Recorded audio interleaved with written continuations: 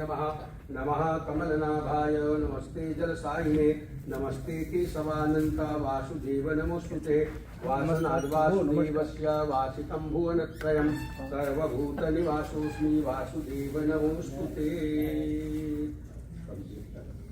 ॐ हरिः ॐ मा ॐ भद्रं कर्णेभिः शृणुयाम देवा भद्रं पश्येमाक्षभिर्यजत्राः स्थिरैरङ्गैस्तुष्टुवाग्भूंसस्तनूभिर्वसेमहि देवहितं जदायुः।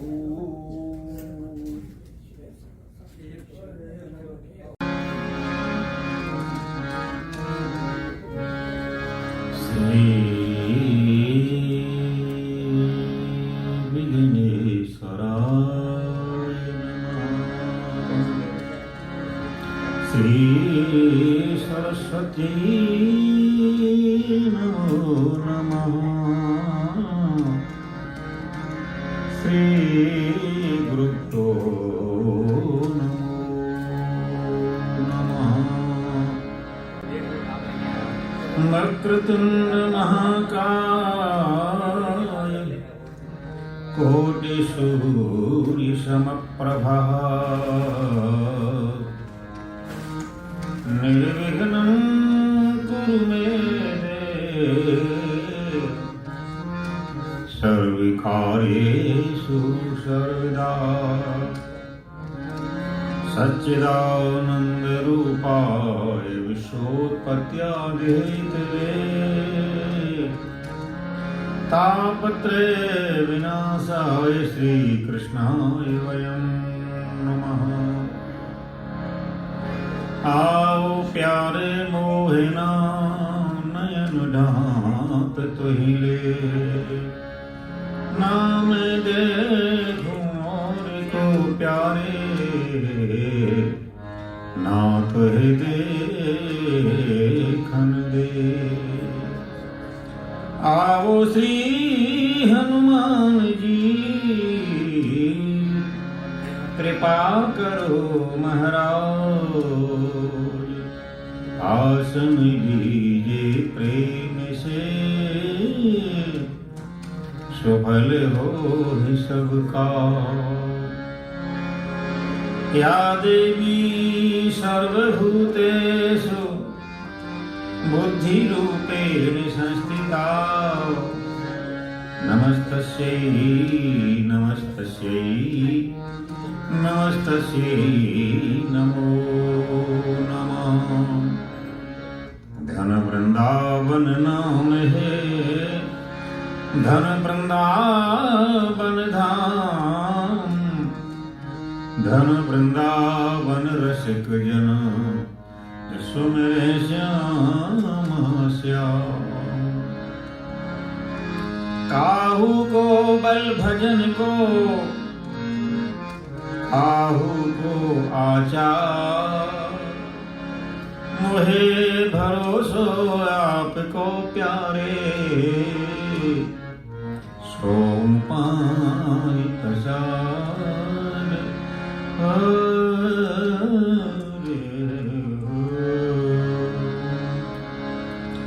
श्री वृंदावन बिहारी लाल की जय। श्री भागवत भगवान की जय। श्री हनुमान जी महाराज की जय। श्री गुरुदेव भगवान की जय। जय श्री राधे जय जय श्री राधे जय जय श्री राधे।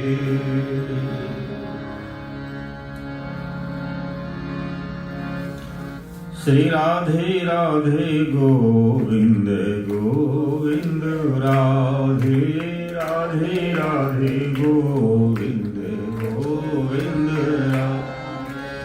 राधे राधे गोविंद गोविंद राधे राधे राधे गोविंद राधे राधे गोविंद गोविंद राधे राधे राधे गोविंद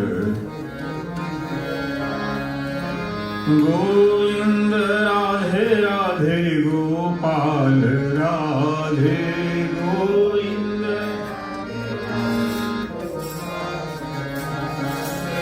राधे राधे गोविंद गोविंद राधे राधे राधे गोविंद राधे राधे गोविंद गोविंद राधे राधे राधे गोविंद गोविंद राधे राधे गोपाल राधे गोविंद राधे राधे गोविंद गोविंद राधे राधे राधे गोविंद श्री राधे राधे गोविंद गोविंद राधे राधे राधे गोविंद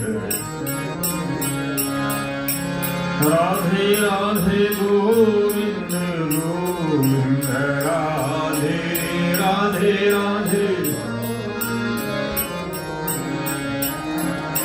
राधे राधे गोविंद गोविंद राधे राधे राधे गोविंद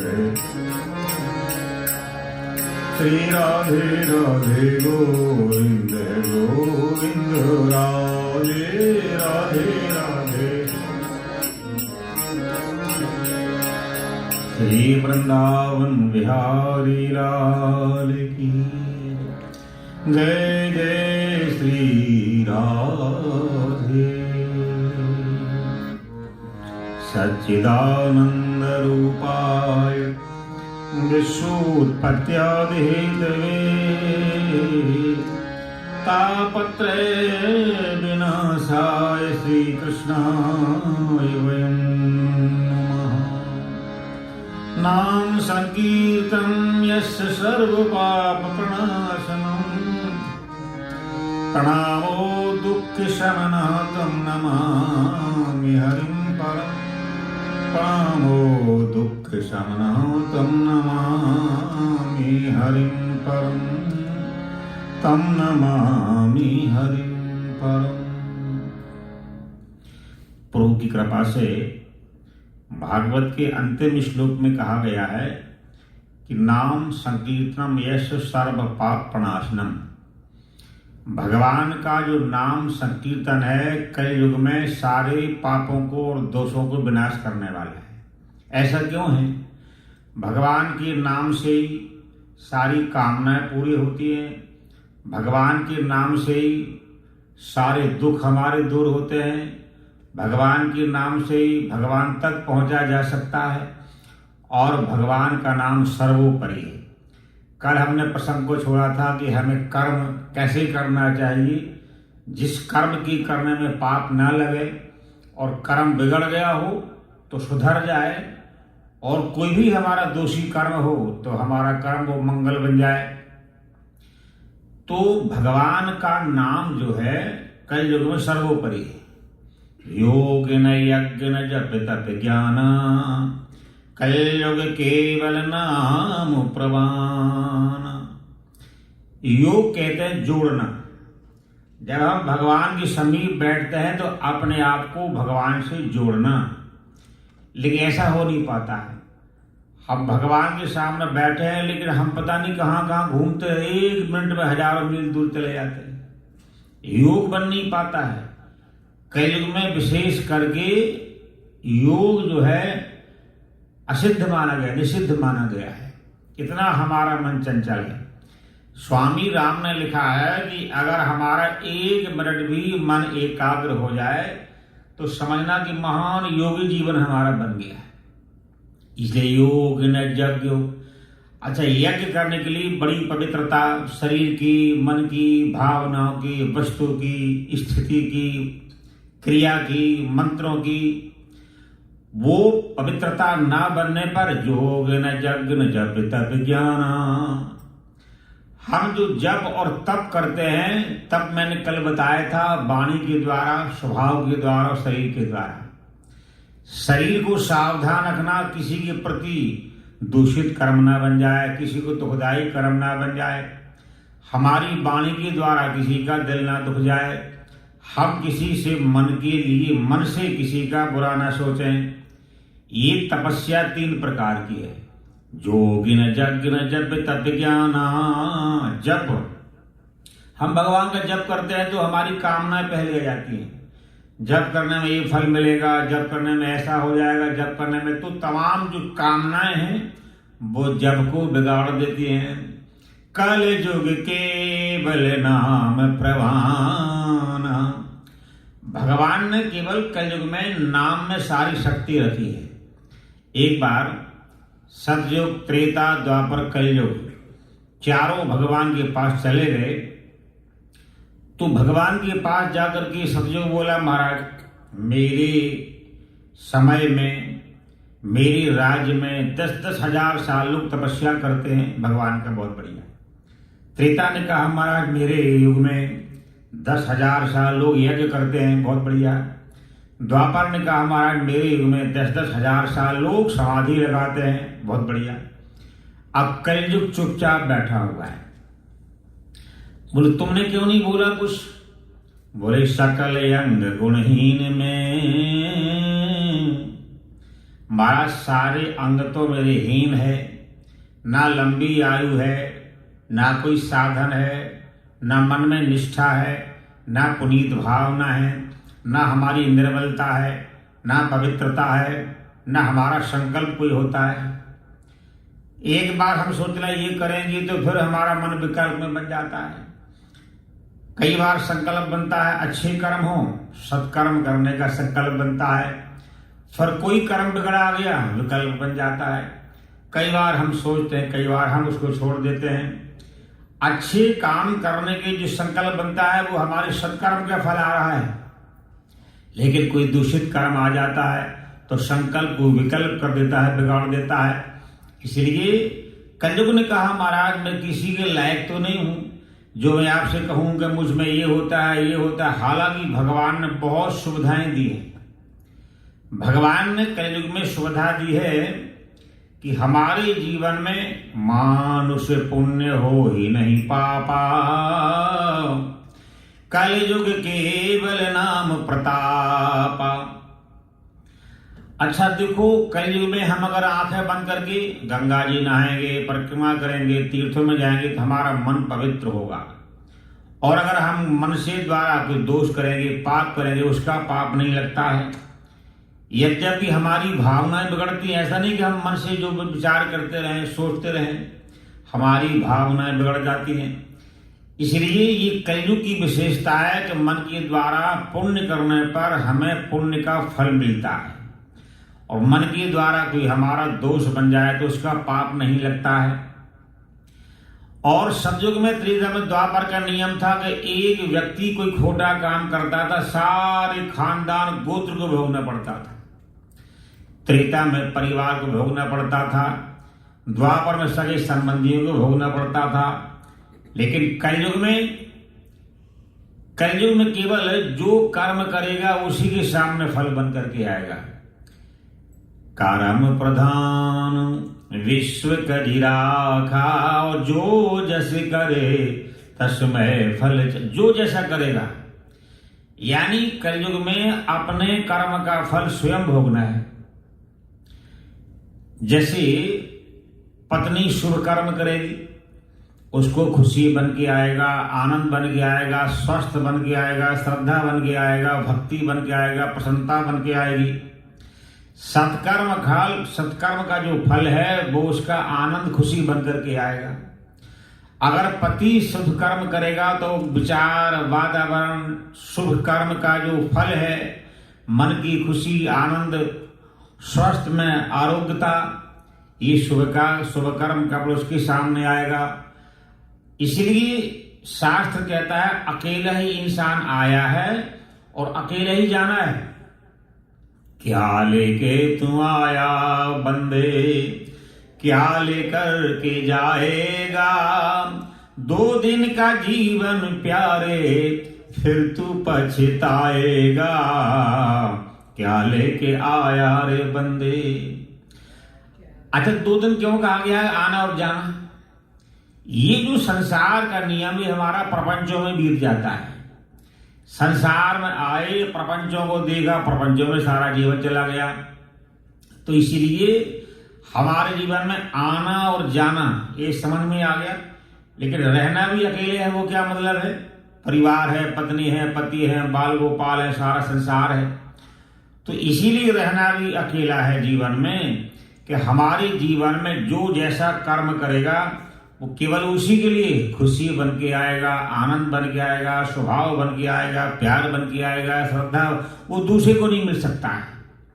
मान लो पत्नी के सिर में दर्द हो रहा है तो पति दवाई दे सकता है, और अगर और अच्छा होगा तो सिर भी दाब सकता है, और अच्छा होगा तो गर्म पानी ले आएगा, और अच्छा तो उसको चाय बना के ले आएगा, जो मर्जी कहेगा उसको ले आएगा। लेकिन उस कर्म का फल तो स्वयं भोगना पड़ेगा। वो दर्द कोई बांट नहीं सकता है, उस दुख को कोई बांट नहीं सकता है। इसीलिए जिसके जीवन में जिस कर्म का फल आया वो स्वयं ही भोगना पड़ेगा, कोई उसमें हिस्सेदार नहीं बन सकता है। तो यही अर्थ है कि कर्म जो है करने पर स्वयं अकेला ही इंसान सफर करता है। अगर पति के मन में जो सात्विक धारणा है तो उसका आनंद का स्रोत बन जाएगा, पत्नी की धार्मिक भावना है उसके सुखों का स्रोत बन जाएगा, वो किसी को बांट नहीं सकता है। और ये भी सच्चाई है कि पति जो शुभ कर्म करता है पत्नी को आधा मिलता है, क्योंकि उसको अर्धांगिनी कहा गया है। लेकिन पत्नी जो करती है उसको पूरा फल मिलता है, तो क्योंकि वो अर्धांगिनी कहे गए। लेकिन इनडायरेक्ट संस्कार बढ़िया बनेगा, स्वभाव बढ़िया बनेगा, विचार बढ़िया बनेगा, परिवार का वातावरण बढ़िया बनेगा, अतिथि का सम्मान होगा, देवताओं का सम्मान होगा। हमारे वास्तुदेव जो घर में रहने वाले देवी देवता है वो प्रसन्न रहेंगे, तो उससे हमारे मन की भूमिका उज्जवल और आनंदमय बन जाती है। तो भगवान ने कहा कि तुम चिंता न करो। हम भी कहते हैं भगवान हमारा कोई नहीं, आप सहारा बन जाओ, लेकिन दुखों में केवल कहते हैं। और दुख गया और ये बात गई, दुख में सुमरन सब करे और सुख में करे न कोई, जो कदापि सुख में करे दुख काहे को होए। अच्छा, दुख क्या है? भगवान ने कोई दुख नहीं बनाया संसार में, लेकिन हर इंसान दुखी है। और सुखों के लिए भगवान ने अनेक रास्ता बनाए, लेकिन इंसान को सुख नहीं मिलता है। तो आछे दिन पाछे गए हरिशो किया न हेत, अब पछता क्या करे जब चिड़िया चुग गई खेत। दुख क्या है? अच्छे समय में हम जो वाणी से कर्म बिगाड़ लेते हैं, अच्छे समय में जो शरीर से कर्म बिगाड़ लेते हैं, अच्छे समय में मन से जो कर्म बिगाड़ लेते हैं, अच्छे समय में जो हमारा कर्म बिगड़ जाता है वही बिगड़े हुए कर्म का फल जब सामने आता है वही हमारा दुख बन करके आता है, प्रतिकूलताएं बन के आती हैं। इसीलिए अच्छे समय में मनसा वाचा कर्मणा जो विचार के रखता है, जो सुख में सुमरण करे दुख काहे को होए। जो अच्छे समय में सुमरण कर लेता है, अर्थात मानवता पूर्वक व्यवहार करता है, उसको बिगड़ी हुई कर्म का फल सामने नहीं आता है। तो दुख भगवान ने नहीं बनाया, दुख तो हम प्रकट करते हैं जब हमने मन से कर्म। अच्छा, जैसा हमारा कर्म बिगड़ेगा, मन का, वचन का, कर्म का, जो कर्म बिगड़ेगा और कर्म का फल जब सामने आएगा तो वही हमारा दुख बन करके आएगा। अगर मन के द्वारा कर्म बिगड़ा है तो मन का संताप बन के आएगा, और अगर धन का कर्म बिगड़ा है तो धन की हानि बन करके आएगा। अगर शरीर के द्वारा कर्म बिगड़ा है तो शरीर का रोग बन करके आया है। तो संतों ने, महापुरुषों ने कहा है, तन पवित्र सेवा किए धन पवित्र किए दान, और मन पवित्र हरि भजन सो होत त्रिविध कल्याण। हमारे मन के द्वारा जो साधना होती है वो हमारी मानसिक संतापों को दूर कर देती है, मन का रोग दूर हो जाता है। सबसे कठिन मानसिक रोगा, सारे घर में सब व्यवस्थाएं हमारी हैं और मन परेशान है तो ना खाने का दिल करेगा, ना बैठने का, ना बोलने का। घर वाली बढ़िया बढ़िया चीजें बना के हर जल ले जाए, कोई बात नहीं, सारा लोड नहीं आज खान दी, तो मन ही नहीं करेगा, क्योंकि मन हमारा परेशान, मन बीमार है। तो मन की बीमारी, अगर मन का कर्म बिगड़ गया, मन की बीमारी बन के आएगा। और धन का जीवन में दुरुपयोग किया तो हमारे लिए धन की हानि, धन का दुख बन करके आएगा। और शरीर के द्वारा कोई कर्म बिगड़ गया है तो शरीर का रोग बन करके आएगा। तो मन पवित्र हरि भजन सो हो त्रिविध कल्याण, तन पवित्र सेवा की। सेवा का अर्थ है सावधानी से उपयोग करना। धन का दान भी ये नहीं कि हमेशा लौटाते ही रहो, धन का दान का अर्थ है उपयोग करो। वैसे धन के लिए शास्त्रों में कहा गया है 4 भागों में बांटना चाहिए, समय और धन। पहला हिस्सा हमें समाज की सेवा में, परिवार को पालने में, आवश्यकता के लिए और धर्म के कार्यों के लिए। अगर चारों में से हम चारों का भाग ठीक रखते हैं तो मन हमारा प्रसन्न रहता है। और अगर एक भी बिगड़ जाता है तो हमारा मन डगमगाता है, संतुलन बिगड़ जाता है। अगर घर में बढ़िया सब खुशहाली है और बाहर कोई जरामदी नहीं करता है तो हमारे मन में संताप रहता है, दुख रहता है। समाज में अच्छा सम्मान और घर में बेकार हालत है तो हमारे घर में हमारा मन संतुलन में रहता है, बिगड़ जाता है। अब जरूरी काम कहीं जाना हो, समय ना हो हमारे पास, तो लोग कहते बड़ा अहंकारी बंदा है, देखो बुलाने पे नहीं आया, संतुलन बिगड़ जाता है। और अगर धर्म का काम ना किया जाए तो कभी मन की शांति जीवन में नहीं हो सकती है। तो सतयुग, त्रेता और द्वापर, कलयुग, चारों ने कहा, तीनों ने कहा महाराज हजारों साल यज्ञ होता है, तपस्या होती है, साधन होता है। अब कलयुग ने कहा महाराज मेरे पास कोई साधन नहीं है, मैं किसी के लायक तो नहीं हूं, मैं क्या बताऊं। तो भगवान का तुम चिंता न करो। अच्छा हम भी भगवान से कहते हैं महाराज किसी के लायक हम नहीं है, आप कृपा बनाओ, लेकिन हम गले के ऊपर ऊपर कहते हैं। एक माता सुबह सुबह उठी, अपने बालक को लगी मारने के लिए, मोया दिया, मर जानिया, फलाना। अरे मैं तो सुबह सुबह माता बोली महाराज मैं तो उत्ते ही गाना कर दी, उत्ते ही। अरे मैं क्या सुबह सुबह उत्ते क्यों कर दी, फिर भगवान का, राम का नाम ले। तो हम भी भगवान से कहते हैं कि हम तो ऊपर ही ऊपर बात करते, हृदय से नहीं कहते हैं। कि अगर एक बार हृदय से हम कह दें हे प्रभु सकल अंग गुणहीन में, हे प्रभु मैं किसी के लायक तो नहीं हूं, तो भगवान हमारा हर आश्रय बनने को तैयार रहते हैं। तो कलयुग ने कहा मेरे पास कोई साधन नहीं है, लंबी उम्र नहीं है, आस्था नहीं है, विश्वास नहीं है, मन निर्मल नहीं है, हमारा पुनीत भाव नहीं बन पाता है। और बिगाड़ने की बहुत साधन है जीवन में।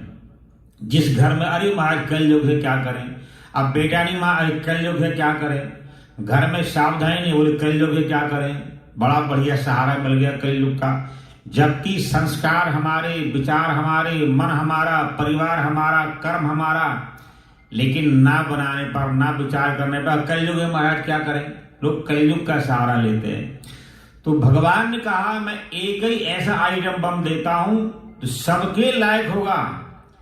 तो भगवान ने कहा कलयुग, कलयुग सम युग आन नहीं, जो नर करे विश्वास, गाय राम गुण गण विमल, भव तरिब नहीं प्रयास, भव तरिब नहीं प्रयास।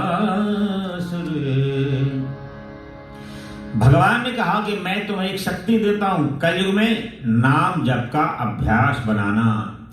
जैसे त्रेता में भगवान राम का अवतार हुआ, द्वापर भगवान श्री कृष्ण अवतार हुआ, ऐसे हंसादि अवतार सतयुग में हुए, तो कलयुग में भी भगवान के नाम का ही अवतार है। तो भगवान ने कहा कि जो नाम से प्रेम करेगा उसको साक्षात मेरी कृपा का फल मिलेगा, सारे कष्ट दूर होंगे, सारी कामनाएं पूरी होंगी, मेरी प्राप्ति नाम के द्वारा होगी, संसार में जीवन सफल होगा, परलोक में कल्याण की भावना होगी। तो नाम के द्वारा ही भगवान ने निश्चय कर दिया। तो कलयुग ने कहा मुझे विश्वास नहीं हो रहा है, कहाँ तू 10,000 साल जंगल में भूखे रहेगी, तपस्या करेगी, और कहाँ एक नाम भगवान के जपने पर सारा बराबर फल कैसे हो सकता है। तो भगवान ने एक बात कही, बोले जो नर करे विश्वास, बोले नाम से सारा फल तो मिलेगा, लेकिन जो विश्वास करेगा उसी को फल मिलेगा। अगर विश्वास नहीं बन पाया तो केवल कर्म बन के रह जाएगा, कर्म का जाल बन के रह जाएगा। हम पूजा करें, पाठ करें, तप करें, दान करें, साधन करें, व्रत करें, नियम करें, और विश्वास हमारे मन में ना बन पाया तो कर्म का जाल बन के रह जाता है। और विश्वास पूर्वक भगवान के सामने आओ, भगवान को भगवान देखना और शास्त्रों को सुनना, ये भगवान की साक्षात वाणी है। माता पिता में भगवान नारायण का भाव बनाना, अपने गुरुदेव में भगवान नारायण का भाव बनाना। यादृशी श्रद्धा यश तादृशी सिद्ध भवेत। जैसी हमारी श्रद्धा बन जाती है वैसे हमारी कर्म का फल बन जाता है। इसलिए श्रीमद् भागवत जी का, रामायण जी का, गीता जी का, वेदों का एक बार सुनने से जी कई पीढ़ी का उद्धार हो जाता है। और हम सुनते ही रहते हैं, सुनते ही चले गए, सुनते ही चले आ रहे हैं, और जब तक हुआ सुनते ही जाएंगे। ऐसा क्यों? बोले कल युग सम युग ज्ञान नहीं, जो नर करे विश्वास। हमारे मन में विश्वास नहीं बन पाता है, जबकि भागवत कथा साक्षात भगवान नारायण ने ब्रह्मा जी को सुनाई, और ब्रह्मा जी ने नारद जी को सुनाई, नारद जी ने व्यास जी को सुनाया, और व्यास जी ने सुखदेव जी को सुनाया, जिन्होंने परीक्षित जी को माध्यम बना के सारे जगत में कथा आई। अच्छा, रामायण कथा, राम कथा भी ऐसे ही है। भगवान श्री राम जी की रामायण गोस्वामी जी ने लिख करके, हाथ से लिख करके पोथी रखी, और रखी तो अपनी झोपड़ी में सो रहे थे। तो चोरों ने सोचा कि रामायण इतना बढ़िया ग्रंथ बनाया, हमारी किताब कौन पढ़ेगा, हमारा ग्रंथ कौन पढ़ेगा। सो दो चोर गए कि रामायण की हम चोरी कर लेते। तो जैसे ही रामायण की चोरी करने के लिए दो चोर जाते हैं तो वहां देखा छोटे छोटे बालक धनुष बाण लेके पहरा लगा रहे हैं। तो चोर ने कहा इतने बढ़िया बालक हैं, पहले इनको देख लो, और देखने के बाद फिर देखा जाएगा इतना बढ़िया बालक है, सुंदर बालक है, लगता है इनको देखते रहो, देखते इतनी बढ़िया मनोहर। भगवान की जो छवि है, भगवान की रिद्धि सिद्धियां हैं, भगवान की नौ निधियां हैं, उसमें आकर्षण है, वशीकरण है, दैवत्व है, महानता है। तो ये नौ निधियां भगवान ही काम करती हैं। अब देखने में दोनों चोर उनको देख रहे हैं, पहले देख लो बहुत सुंदर बालक है, देख लो, तो भगवान भी देखते रहे। अब भगवान को देख लिया जाए तो चोरी का मन में विचार रह जाए, भला कैसे हो सकता है।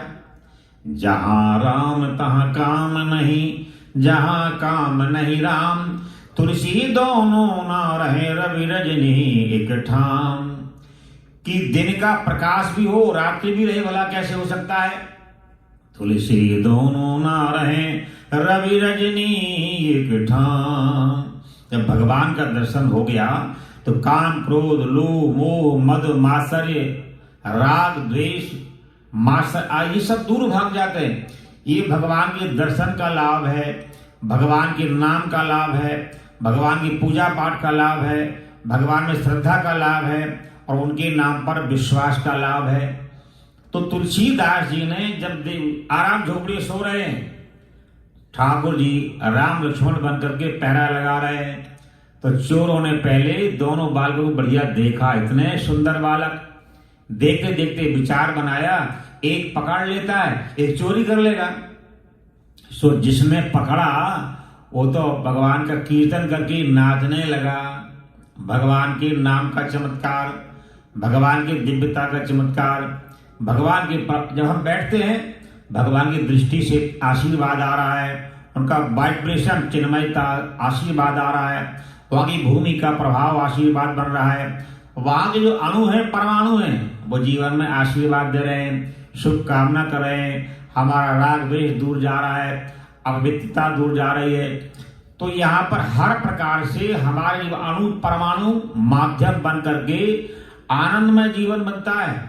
जब एक चोर ने पकड़ा और एक नाचने लगा, अब जब उसके नाचने पर दूसरा भी नाचने लगा, जब स्पर्श किया, अरे ये क्या कर रहा है तुम, उसको छुआ तो वो भी नाचने लगा। दोनों चोर जब नाचने लगे तो तुलसीदास जी अंदर से जाग गए, अरे कोई भगवान के भक्त आए हैं बाहर, कीर्तन कर रहे हैं। अब तुलसीदास जी ने दोनों चोरों को साष्टांग प्रणाम कर दिया। हे महाराज, मैं सो रहा था, मुझे क्या मालूम कि संत बाहर कीर्तन कर रहे हैं। साष्टांग प्रणाम किया।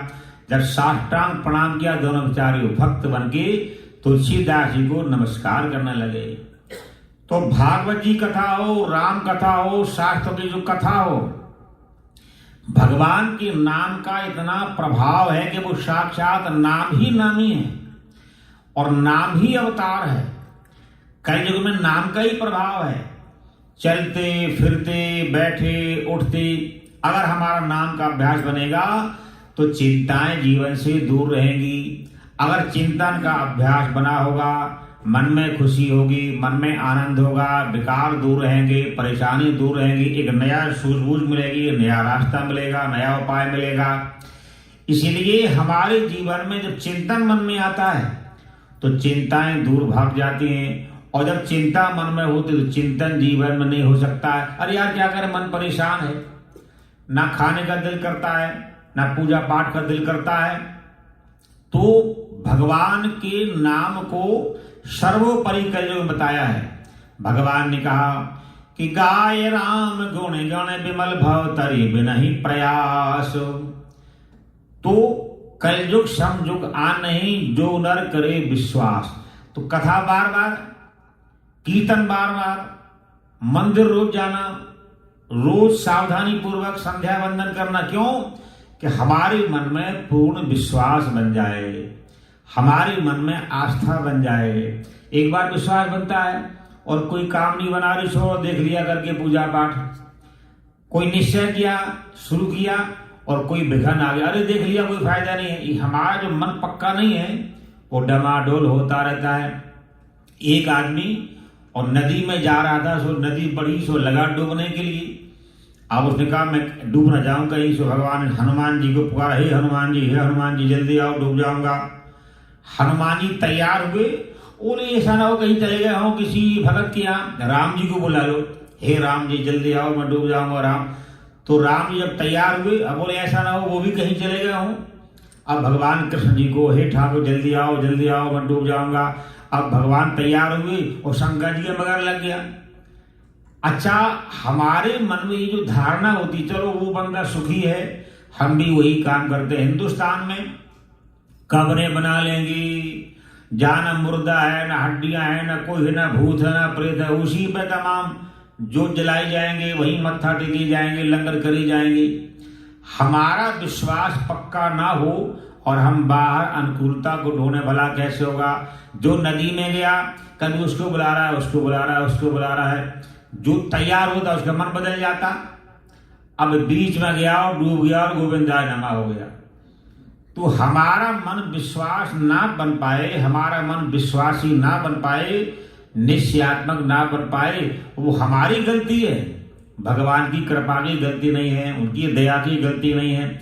इसलिए बारंबार नाम जपते रहना, बारंबार साधन करते रहना, बारंबार श्रेष्ठ कर्म करते रहना और बारंबार अपने जीवन में आराधना करते रहना। इसलिए बारंबार श्रेष्ठ कर्म करने का अभ्यास शास्त्रों ने बताया है। बारंबार शुभ कर्म करते रहो।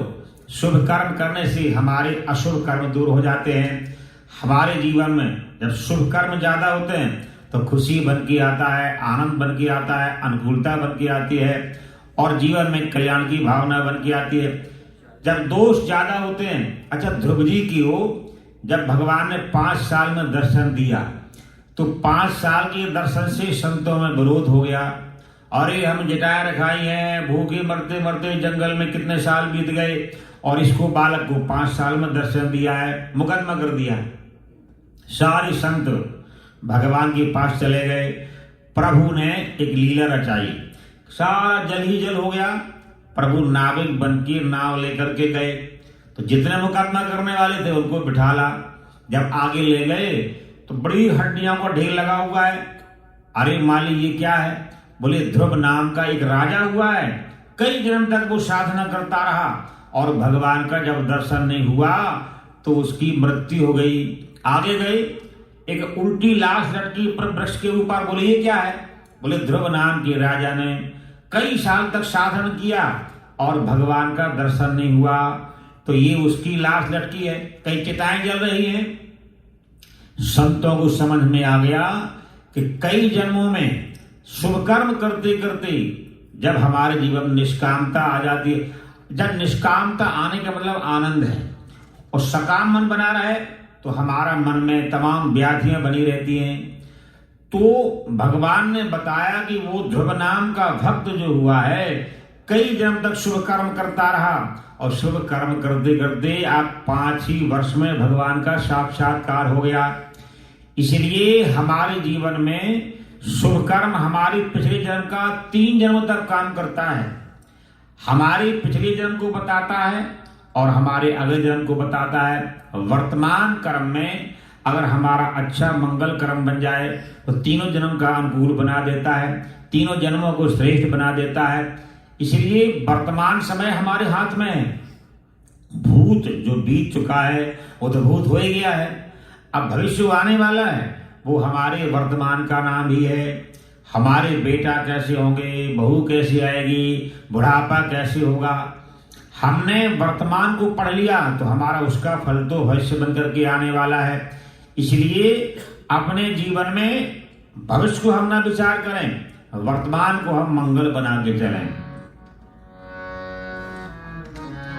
कई जन्मों से बुला रहे हैं, कोई तो रिश्ता जरूर होगा।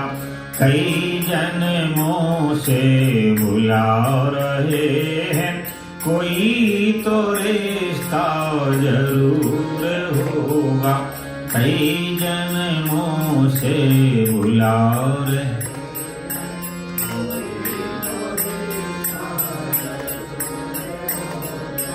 नजरों से नजरें मिला न पाए, कोई नजरों का कोई कसूर होगा। नजरों से नजरें मिला न पाए,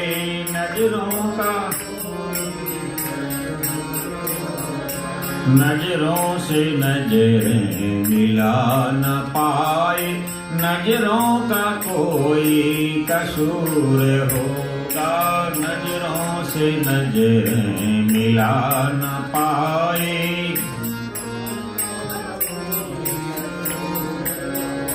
दिल में बसी है तकदीर तेरी, दिल मेरा बन गया जागीर तेरी। दिल में बसी है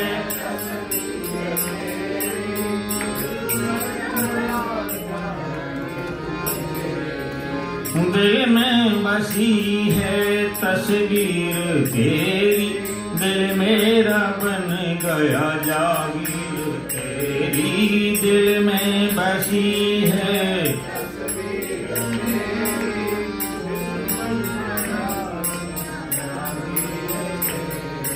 दिल में ही रह के हमसे ही पर्दा हटाना जरूर होगा। दिल में ही रह के हमसे ही पर्दा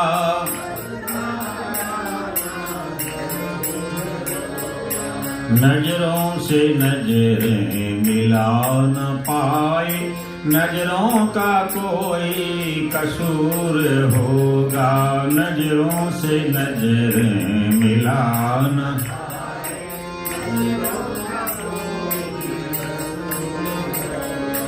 कई जन्मों से बुला रहे हैं, कई जन्मों से बुला रहे हैं।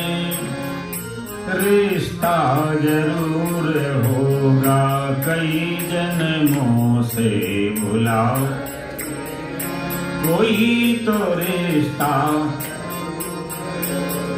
कभी बुलाते हो वृंदावन में, कभी बुलाते हो मधुबन में, कभी बुलाते हो वृंदावन में, कभी बुलाते हो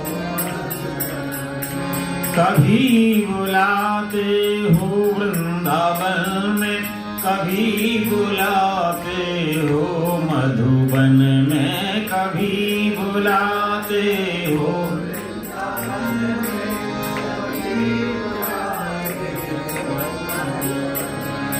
अपने ही घर में रोज बुलाते, अपने ही घर में रोज बुलाते, मेरे भी घर में आना होगा, अपने ही घर में रोज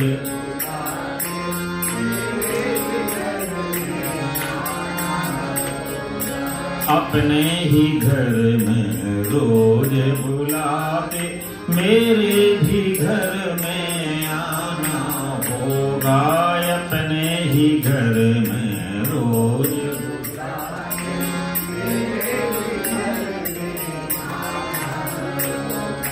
कई जन्मों से बुला रहे हैं, कोई तो रिश्ता जरूर होगा, कई जन्मों से बुला रहे हैं,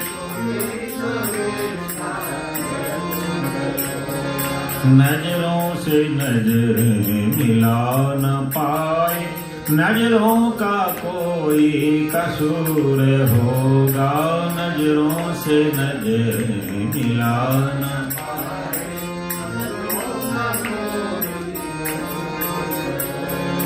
नजरों का कोई कसूर होगा, नजरों का कोई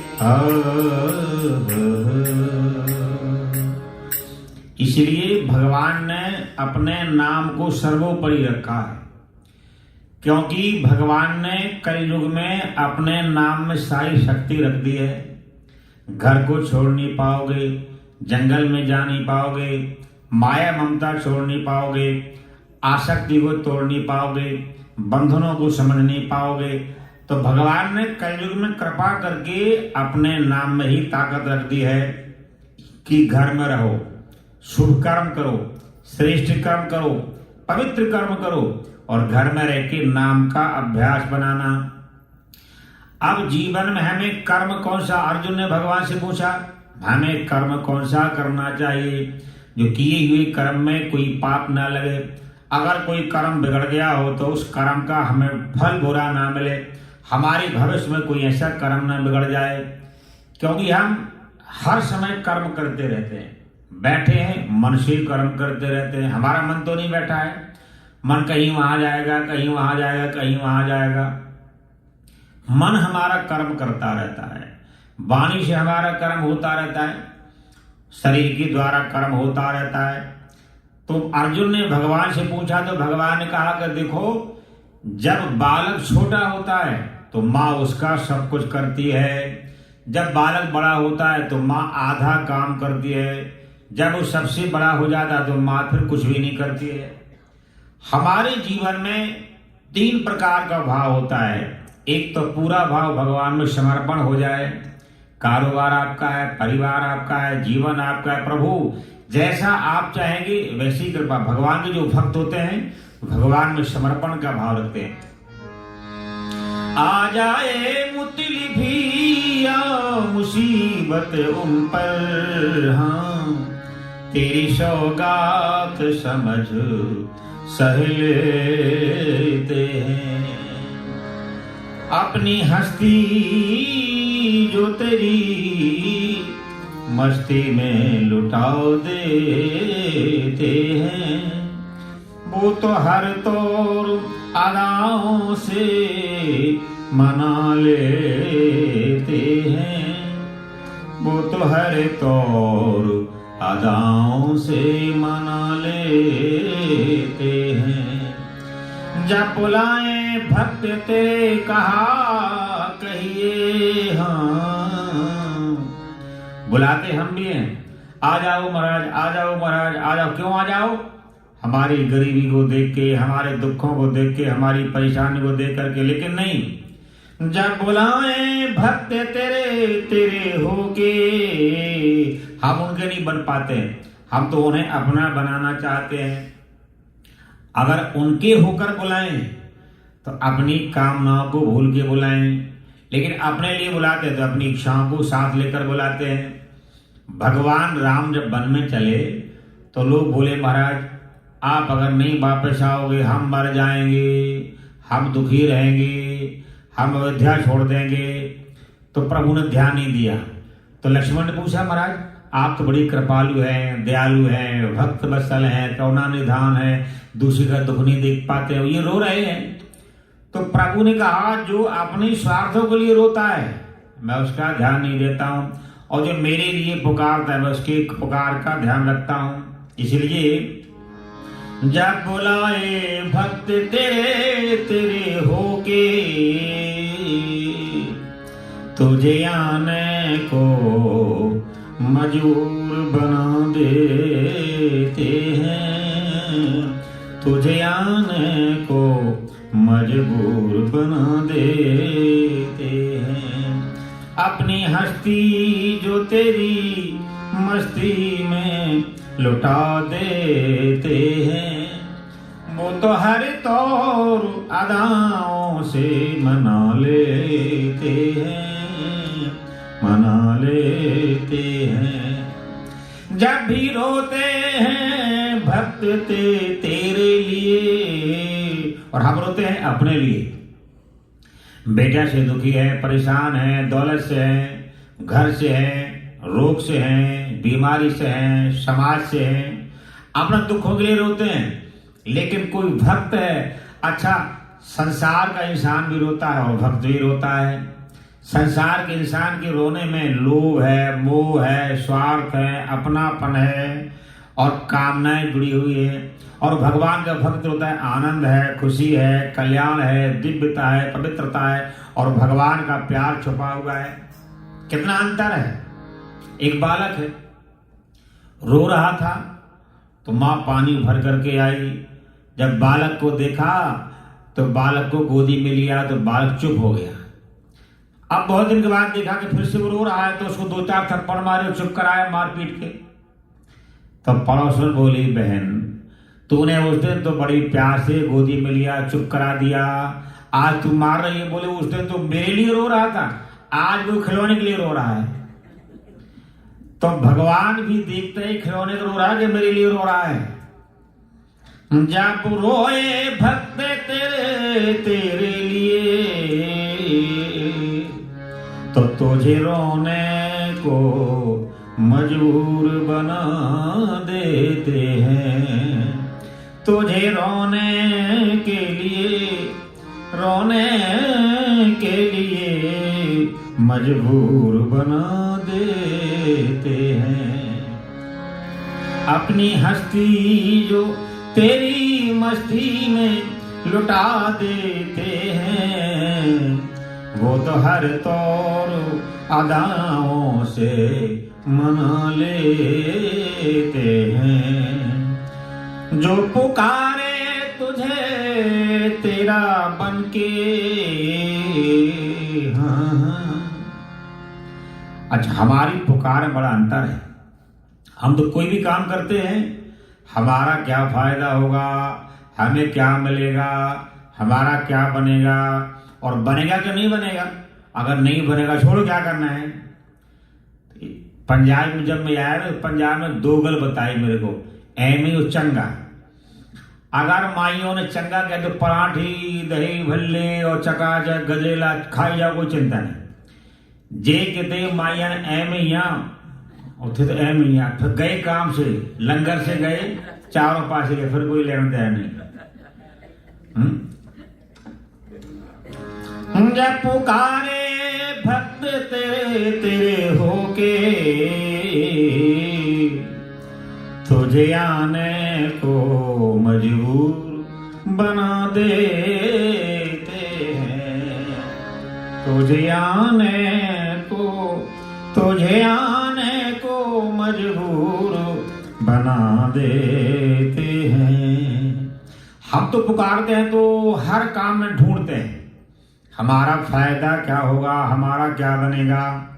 और जो भक्त हैं हर घड़ी हर काम में, परिवार को पालने में, हर काम में प्रभु के नजारे को देखते रहते हैं।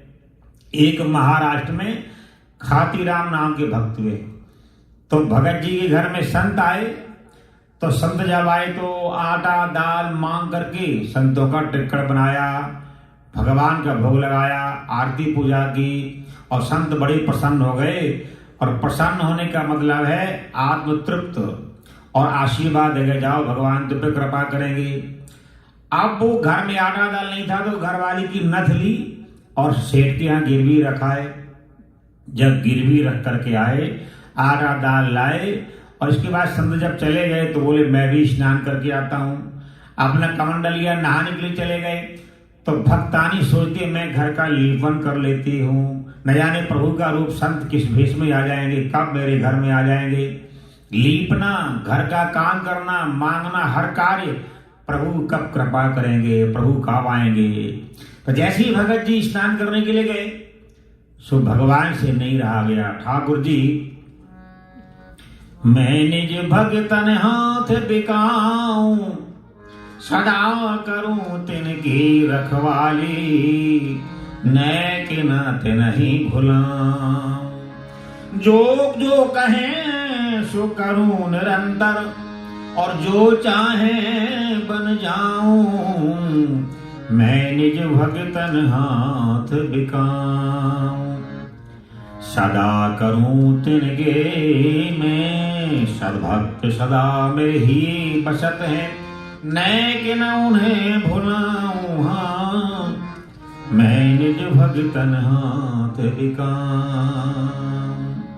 अच्छा, भगवान से नहीं रहा गया। भक्तानी की नाक में जो नथनी थी सेठ के यहाँ गिरवी रख दी और संतों का भोजन बनाया। स्नान करने चले गए। सो ठाकुर जी भगत जी का रूप बना के आए और भगत जी का रूप बनाकर दुकान पर चले गए। दुकान पर जितना पैसा बनता था राशन पानी का, वो पैसा जमा कराया, नथ लेकर के आए और भगत जी का रूप बनाया है। तो भक्तानी से कहा ले मैं तेरी नथ लेकर के आया हूं, पहन ले इसको। बोले आप ही पहना दो, मेरे हाथ में गोबर लगा हुआ है। सो भगत जी जो ठाकुर जी भगत जी बने हुए हैं अपने हाथ से नथनी पहनाई और जैसे ही बाहर निकले सो भगत जी ने स्नान करके घर में आ गए। जैसे ही भगत जी आए तो भगत जी नाराज हो गए। तू तो कहती है एक ही मेरे पास है, ये दूसरी कहां से आ गई? आज दूसरी पहनी है, एक वहां रखा है, तो झूठ बोलती है। तो भक्तानी बोली कि लगता है 60 साल के हो गए पक्का। 60 साल में जो है लंगर खाया कि नहीं खाया है, कहीं जाना कि नहीं जाना है, चीज रख दी भूल जाना। अच्छा, कई घर में तो अगर शुगर का बीमार देखा कि घर वाली कहीं पानी लेना तो रसगुल्ला निकाले खा लेगा बस। और खाते खाते अगर वो बीच में आ गई तो रहने दो से की करते, तुझे झगड़ते रहते हैं। भगत जी नाराज हो गए। तेरे पास 2 नथनी है, एक पहनी है, एक मेरे को दी है। बोले आप तो 60 साल का हो गए लगता है। अरे अभी तो आपने पहना ही मेरे को। मेरे हाथ में गोबर था, मैंने कहा आप ही पहना दो। तो आप पहना के जैसे बाहर गए और फिर आ गए। बोले ये नथनी कहां से? आप ही पहना के गए हो अभी। सो भगत जी ने घरवाली को मत्था टेका, धन्य तू, मैं जिसका नाम लेता हूं वही वो काम करते हैं। जिसका नाम लेता हूं, गीता में श्लोक आया है। भगवान कहते हैं योगक्षेम बहाम्यहम्। मैं योग का अर्थ होता है जो नहीं है वो देते हैं, और बाम मतलब मैं वो स्वयं देने के लिए जाता हूं। ये भगवान अर्जुन से गीता में कह रहे हैं। तो इसलिए भगवान की जो भक्त जब बुलाए भक्त तेरे तेरे होके, तुझे आने को मजबूर बना देते हैं। हमारी पुकारों में अगर संसार बैठा हुआ है तो भगवान ध्यान नहीं देते हैं। हमारी पुकारों में केवल अगर प्रभु का प्यार आ जाए, प्रभु का बनना आ जाए, इसको समाधि बोलते हैं। हमारे बैठने में मन का, तन का, धन का, परिवार का, चाहे 1 मिनट के लिए हो, कहीं ध्यान पक्का बन जाए, उसका नाम समाधि है। समाधि लगाने वाला और हमारा ध्यान करने वाला, ध्यान जिसका ध्यान कर रहे हैं, तीनों एक हो जाए उसका नाम समाधि है। हम तो बैठे होते हैं, बूढ़ी बूढ़ी माइयां बहुएं सोचती हैं कि मेरी सास ने माला का ढेर लगा दिया, फिर पल वैसे ओढ़ लेंगी। और सास को पूरा पता है पराठी बनी कि नहीं बनी, कौन कौन आया, मेरा नाम लिखा कि नहीं लिखा है, कहीं खाना शुरू तो नहीं करते मैं रह जाऊं वैसी मेरी गिनती ना हो, कहाँ जाना है, क्या प्लान है, किसका फोन आया है, क्या मेरा नाम लिया कि नहीं लिया, मेरा नाम। तो हम बैठे कहाँ हैं, हमारा ध्यान 1 मिनट भी लगता नहीं है। इसलिए जब बुलाए भक्त तेरे तेरे होके, तुझे आने को मजबूर बना देते हैं। एक बंदा हनुमान जी के पास चला गया, महाराज मैंने सुना कि आप सारे वरदान देते हो, देखो मेरा ब्याह नहीं हो रहा है, कितनी उम्र बीत गई मेरी, होगा कि नहीं होगा। 4 लड्डू ले गया हनुमान जी। अरे बेटा तू गलत तेरा डाल घुमा दिया, जब मेरे ही नहीं हुआ तेरे में कैसे करा दूंगा, लड्डू तू गलत ले आया है, कहीं और जाते जहां डबल डबल है। तो हमारी जो धारणा है, हमारा जो विश्वास है, हमारी मन की अनुकूलता है। इसलिए हमारा कर्म कैसा होना चाहिए। अर्जुन ने भगवान से पूछा, हे महाराज आप कृपा करके बताओ हमारा कर्म कोई दोषी ना बने, हमारा कर्म भगवान के। अच्छा भक्ति क्या है? भक्ति का मतलब है सीधा सा, जैसे हमारे घर में कोई प्राहुणा आया और हम कहते हैं बढ़िया खीर बनाई है, गदेला पा करके बनाई है, बादाम कुट के डाला है बढ़िया, अरे मैं शुगर का बीमार हूं, अरे मैंने बनाई खाओ, 1 चम्मच खा के देखो। तो उसको खुश करना है तो उसके अनुकूल बनाना पड़ेगा, हमारे अनुकूल काम नहीं चलेगा, उसको खुश करने के लिए उसके अनुकूल बनाना पड़ेगा। इसीलिए संसार के हर कर्म जब प्रभु के अनुकूल होते हैं, चाहे परिवार पालना हो, समाज में रहना हो, व्यापार करना हो, लेन देन करना हो, जब प्रभु के अनुकूल जो कर्म होते हैं उसी का नाम भक्ति है। तद अनुकूलेन भक्ति ही। नारद जी से पूछा कि भक्ति क्या है? बोले हम जो भी करें भगवत अनुकूल हमारे कर्म हो जाएं, इसी का नाम तो भक्ति है। परिवार को हम पाल रहे हैं, हम जब पैदा हुए परिवार को साथ नहीं लाए थे, घर को साथ नहीं लाए, कारोबार साथ नहीं लाए, इसलिए हम जब संसार में आए हैं तो भगवान ने कृपा करके सब कुछ दिया है। ऐसे जो अनुकूलता बनी है वो हमारी साधना बन जाती है। हम जो भी कर रहे हैं ये कर्म करने का सामर्थ्य हमारे ठाकुर जी ने दिया है, वो कर्म की अनुकूलता भी बन जाए तो भगवान की भक्ति हो जाती है। तो अर्जुन ने कहा महाराज ऐसा उपाय बताओ, कोई भी हम कर्म करें भगवान की साधना बन जाए, क्या करना पड़ेगा? तो भगवान अर्जुन को समझा रहे हैं, कायेन वाचा मनसेन्द्रियैर्वा बुद्धात्मना वानुसुरः स्वभावात् करोतु यत् सकलं परस्मै नारायणायेति समर्पयामि।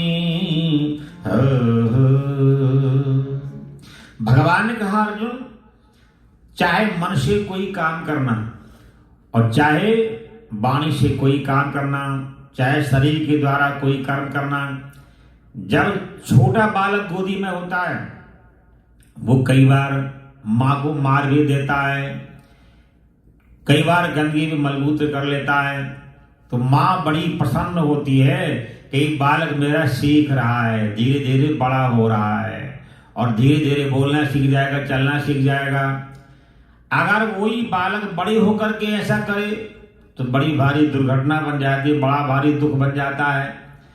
इसी प्रकार साधन में आने में, भगवान की साधना करने में, शुभ कर्म करने में हमारा जीवन छोटे बालक की तरह बन जाता है। जैसी भक्ति अब जीवन में जब आ जाती है तो माँ की गोदी में जो मलमूत्र वाला बालक है, पिता उसको लेने बड़ी ग्लानि महसूस करता है, दुर्गंधी मालूम पड़ती है, लेकिन माँ उसको स्वच्छ कर देती है, सुंदर कपड़े पहना देती है। फिर पिता का दिल करता है मैं भी बाहर जा घुमाऊं, यारी दोस्ती में जाऊं, मुझे भी आनंद आएगा। लेकिन जब तक माँ ने शुद्ध नहीं किया तब तक दिल नहीं किया उसका। इसी प्रकार सत्संग में आने पर, श्रेष्ठ कर्म करने पर, भलाई के काम करने पर, समाज के काम करने पर भक्ति मरानी हमारे मन को सुदृढ़ और स्वच्छ बना देती है। जैसे माँ गंदे बालक को पवित्र कर देती है, तो भक्ति महारानी हमारे मन को सुंदर बना देती है। जब मन हमारा सुंदर बन जाता है तो भगवान का दिल करता है मैं इसको अपना बनाऊं, मैं इसको छाती से लगाऊं, मैं इससे प्यार करूं। अब अपना दो ही रास्ता जीवन में कल्याण के हैं, या तो उन्हें अपना बना लो या तुम उनके बन जाना। जब हम अपने जीवन में मन को निर्मल बना लेंगे तो वो हमारे अपने आप बन जाएंगे। जब हम शुभ कर्म करेंगे तो उनमें हमारी प्रीति हो जाएगी, हमारा प्रेम हो जाएगा, हम उनके बन जाएंगे। कथा सुनना, सत्कर्म करना, श्रेष्ठ कर्म करना, इससे भगवान के प्रभाव का ज्ञान होता है, भगवान की महिमा का ज्ञान होता है, भगवान की करुणा का ध्यान होता है, भगवान की ममता का ध्यान होता है। प्रभु अपने भक्तों पर कैसी कैसी ममता करते हैं, जो उनका स्मरण करने वाले भगवान कितनी कृपा करते हैं, तो हमारा प्यार उनसे हो जाता है। और जब हम श्रेष्ठ काम करेंगे तो भगवती महारानी भक्ति हमारे मन को निर्मल कर देती है, तो प्रभु का दिल करता है मैं इसको अपना बनाऊं। छलक भी पड़ेगा प्रभु का कभी दिल, जो सत्संग के पथ से गुजरते रहेंगे। भजन श्याम सुंदर का करते रहोगे, तो संसार सागर से तरते रहोगे। भजन श्याम सुंदर करते रहोगे, संसार सागर से तरते रहोगे। भजन श्याम सुंदर का करते रहोगे, संसार सागर से तरते रहोगे। भजन श्याम सुंदर का करते रहो।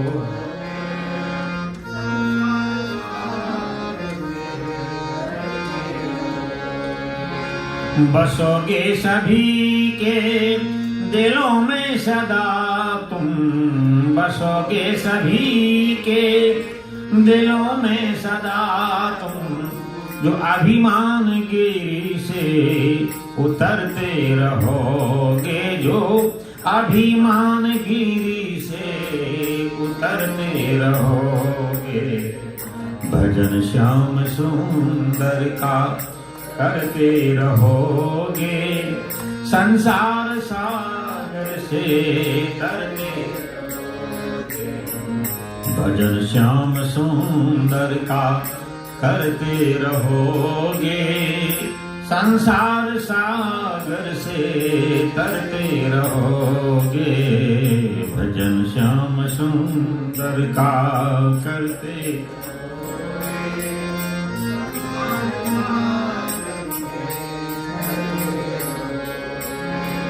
छलक भी पड़ेगा प्रभु का कभी दिल, छलक भी पड़ेगा, छलक भी पड़ेगा प्रभु का कभी दिल, छलक भी पड़ेगा।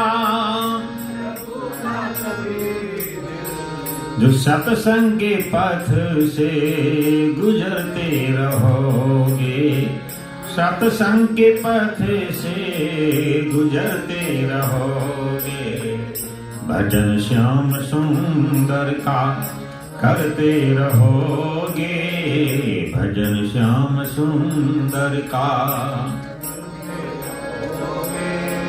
संसार सागर से तरते रहोगे, संसार सागर से। भजन श्याम सुंदर का करते रहोगे, भजन श्याम सुंदर का करते। संसार सागर से तरते रहोगे, संसार सागर। भजन श्याम सुंदर का करते रहोगे, भजन श्याम सुंदर का। मिलेंगे कृपा बेशक हमें भी मिलेंगे कृपा, मिलेंगे कृपानाथ, बेशक हमें भी मिलेंगे कृपा। सुमरन में मैंने को लगाते रहेंगे, सुमरन में मैंने को लगाते रहेंगे। भजन श्याम सुंदर का करते रहोगे, भजन श्याम सुंदर का। संसार सागर से तरते रहोगे, संसार सागर से, हाँ संसार सागर से तरते रहोगे, संसार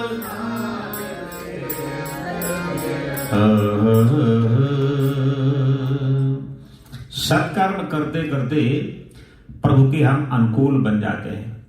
सत्कर्म करते करते हमारा मन पवित्र पावन बन जाता है। सत्कर्म करते करते श्रद्धास्पद मन बन जाता है।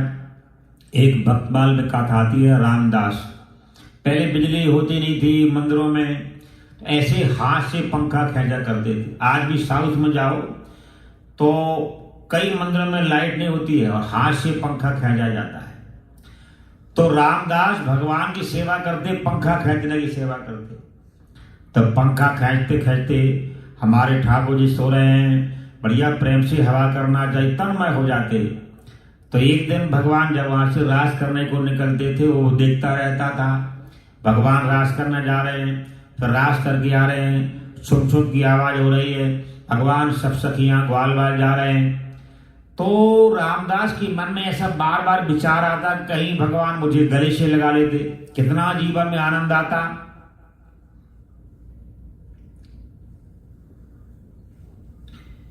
आप करा देना चाहिए, ठीक।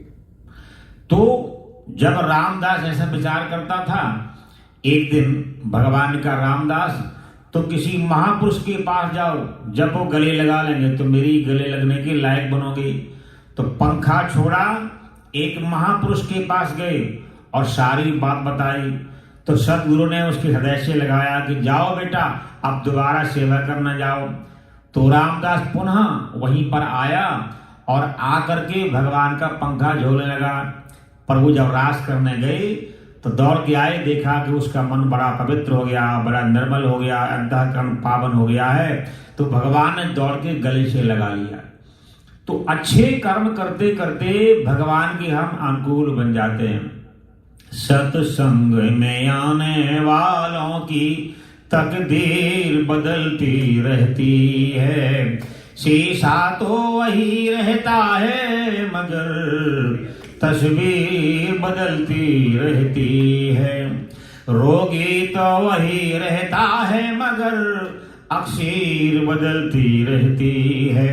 सत्संग में आने वालों की तकदीर बदलती रहती है। बोलो वृंदावन बिहारी लाल की। हनुमान चालीसा का पाठ होगा, पंडित जी पाठ करें।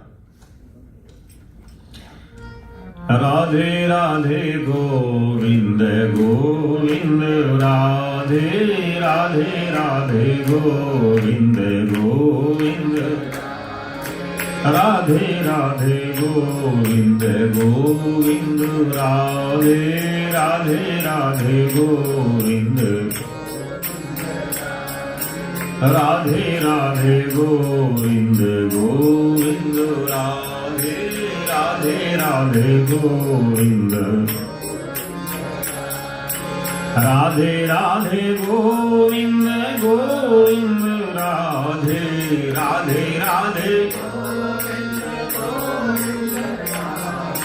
राधे राधे गोविंद गोविंद, राधे राधे राधे गोविंद गोविंद, राधे गोपाल राधे गोविंद, राधे राधे गोविंद गोविंद राधे राधे राधे गोविंद राधे राधे गोविंद गोविंद राधे राधे राधे गोविंद गोविंद राधे गोपाल राधे गोविंद गोविंद राधे गोपाल राधे गोविंद राधे राधे गोविंद गोविंद राधे राधे राधे गोविंद राधे राधे गोविंद गोविंद राधे राधे राधे गोविंद श्री वृंदावन बिहारी लाल की, श्री हनुमान जी महाराज की, श्री गुरुदेव भगवान की, भागवत भगवान की जय। जय श्री राधे, जय जय श्री राधे, जय जय श्री राधे।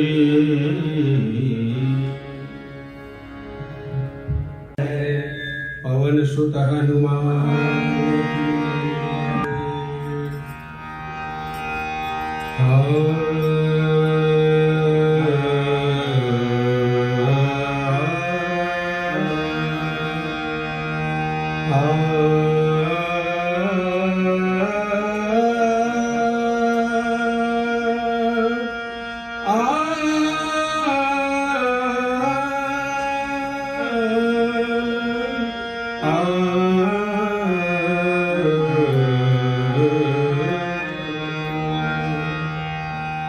राम नाम मणिदीप धरु जी हरे हरिद्वार तुलसी भीतर बाहिरो जो चाहस उजिया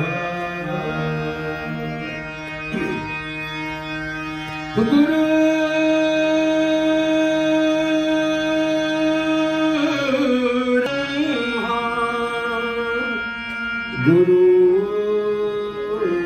विष्णु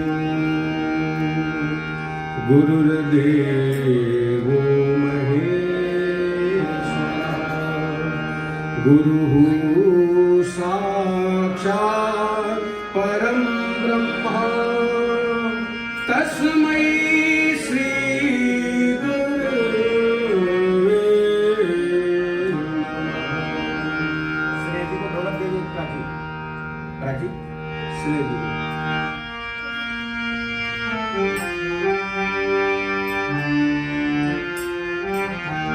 श्री गुरु चरण सरोज रज निज मन मुकुर सुधार वरनौ रघुवर विमल जसु जो ढायक फल चार बुद्धिहीन तनु जानिके सुमिरौ पवन कुमार बल बुद्धि विद्या देहु मोहि हरहु कलेश जय हनुमान ज्ञान गुण सागर जय कपीस तिहु लोक उजागर रामदूत अतुलित बलधामा अंजलि पुत्र पवन सुत रामा महावीर विक्रम बजरंगी कुमति निवार सुमति के संगी कंचन वरण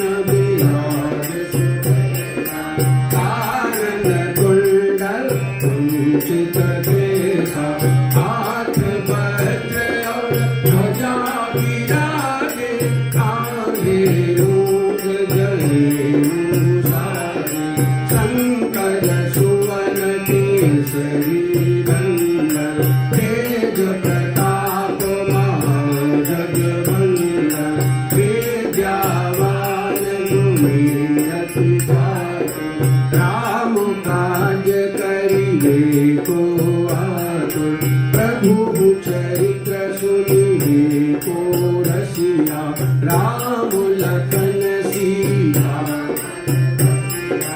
सूक्ष्म रूप धरि सियहि दिखावा विकट रूप धरि लंक जरावा भीम रूप धरि असुर संहारे रामचंद्र के लाय सजीवन लखन जियाए श्री रघुवीर हरषि रघुपति कीन्ही बहुत बड़ाई तुम मम प्रिय भरतहि सम भाई सहस बदन तुमरो जस गावे हस कहि श्रीपति कंठ लगावे कनकादिक ब्रह्माद मुनीसा नारद सारद सहित अहिसा ब्रह्म कुबेर दिगपाल जहाते कभी तो विद कहि सके कहाते तुम उपता राम मिलाय रघुपत दीना तुमरो मंत्र विभीषण लंकेश्वर भय सब जग जाना जुग सहस्र योजन पर धीरवताहि मन प्रभु मूर्तिका मेरी मुख माही जलधि लाहि गए अचरज नाहि दुर्गम काज जगत के देखे सुगम अनुग्रह तुम्हारे देखे राम दुआरे तुम रखवारे होत न आज्ञा सब सुख लहै तुम्हारी शरणा तुम रक्षक काहू को डरना आपन तेज समारो आप तीनों लोक हांकते कांपे भूत पिशाच महावीर जब नाम सुराए नासै हरे सब पीरा जपत निरंतर वो संकट ते हनुमान छुड़ाए मन क्रम बचन ध्यान जोड़ाए तब पर राम तपस्वी राजा तिनके काज सकल तुम साजा और मनोरथ जो कोई लावे सोई अमित जीवन फल पावे चारों युग पर ताप है पर सिद्ध जगत उजियारा साधु संत के तुम रखवारे असुर निकंदन राम दुलारे अष्ट सिद्धि नव निधि के दाता असबर दीन जानकी माता राम रसायन तुम्हारे पासा सदा रहो रघुपति के दासा तुम्हारे भजन राम को पावे जन्म जन्म के दुख बिसरावे अंत काल रघुवर पुर जाई जहाँ जन्म हरि भक्त कहाई और देवता हित न धरी हनुमत से सर्व सुख करई संकट कट मिटे सब जो सुमिरै हनुमत बल जय जय जय हनुमान गोसाई कृपा करो गुरुदेव की नाई जो सत बार